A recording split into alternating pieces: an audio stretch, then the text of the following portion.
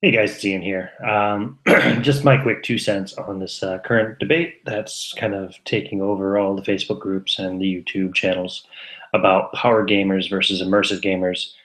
Um, Main Man made a video about power gamers ruining the hobby and called out people to try and defend them or something along those lines, from what I gathered. But I guess the question is, are power gamers ruining the hobby?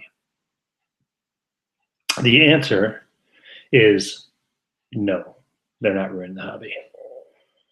Um, I suppose it's possible for a power gamer to ruin someone's particular session experience, possibly, although that's kind of debatable too, because if a GM is handling their game and knows the game, they should be able to handle and balance out a situation like that anyway. Also, we have this great thing with our online community that we have here, and all these games going on. Now that there's so much networking, we're meeting people all the time. I'm getting with people from all over the world and stuff. And you can really cherry pick a group. I mean, there's thousands of players out there to choose from now, thanks to these Google Hangout games, Skype games, everything else. Maybe it might be a little bit different in a home game experience, but even then, if you're lucky enough to have a home game, you probably have a pool of of gamers to choose from. You could just find them in your local gaming store or wherever gamers hang out in your area, I would think. So, my answer to the people that are all up in arms against power gamers, if you don't like power gamers and you don't want power gaming in your games, don't invite power gamers to play in your games.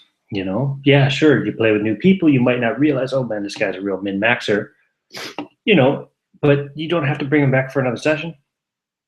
Just say, hey, you know what?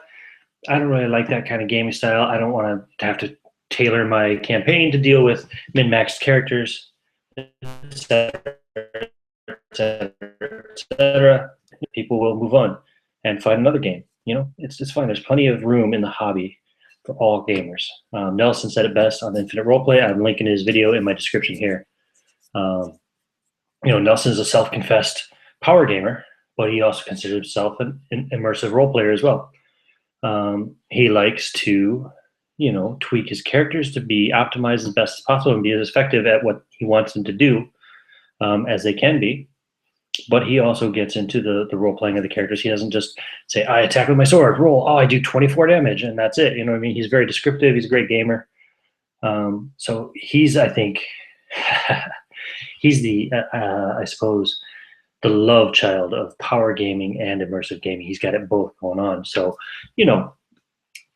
there's no need to lump people into groups and to,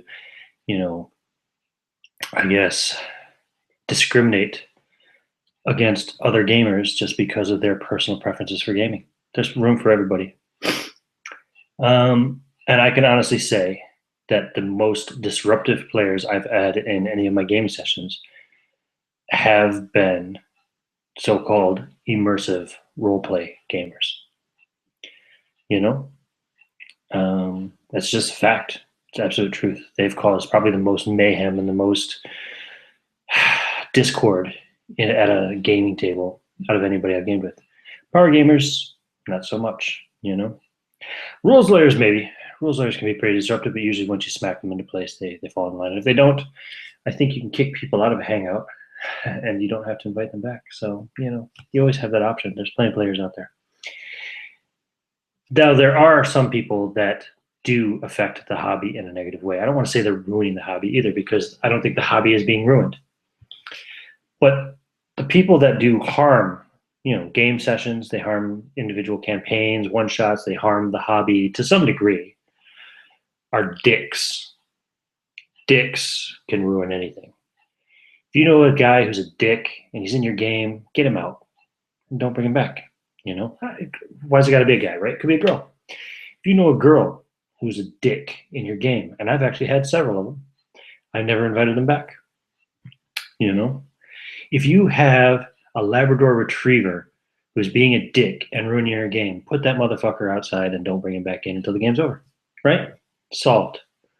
The only other people that might negatively affect the hobby, I suppose, would be you get your crazy kind of lunatic assholes who want to preach against gaming being a horrible thing. But actually, I don't even think they're harming the hobby, because if anything, they're bringing more attention to it, and they might do more good than bad in the long run. We all know what happened in the 1980s, and the crazy bastards that made that movie about how you play Dungeons and Dragons, you're going to become a Satanist and kill your friends, shit like that. Nobody believes that shit anyway. And anybody who does believe that shit and avoids gaming because of it, that's a good thing. We don't want them in the hobby. See you later, crazy people, right? So dicks are ruining the hobby, and that's it. Maybe you could make an argument that pirates harm the hobby a little bit. People who just download free copies, pirated copies of gaming books and materials and only play using those. However, that's kind of debatable too, because as one person pointed out to me a long time ago, anybody who's only going to play with pirated copies of books, well, either they don't have the money, or even if they do have the money, they were never going to spend that money on those books anyway. So really, I don't think the hobby is losing out on money because of that. Do you know what I mean? People who love the hobby, like myself and a lot of my friends, probably a lot of you watching this video, might download free, pay what you want, whatever kind of PDFs from time to time. But then if I really love a product and I want to support it, I throw the money. I bought Fate like 3 or 4 times because I love it so much. I mean, I bought the PDFs. First I downloaded them for pay what you want, and I paid $0.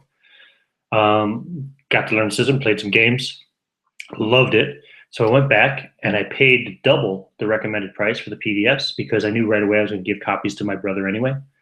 So I paid for 2 copies basically of each PDF, and I did send them on to my brother. And then I went and bought print copies as well. And I bought dice, Fate dice too, because I love Fate, so I spend money on it, And there's a lot of people I think out there like me who would do the same. So yeah, power gamers aren't ruining the hobby. Dickheads are ruining the hobby. And even they, are pretty easy to ignore and just send them on the other way and ignore them, That's it. I wish I had something more profound to say. If you want to hear something profound and really intelligent about the topic that, pretty much has the same general view that I have, look at the video in the link there. Check out Nelson's channel over at Infinite Roleplay. Yeah, that's it. Have a good day. See you at the gaming table.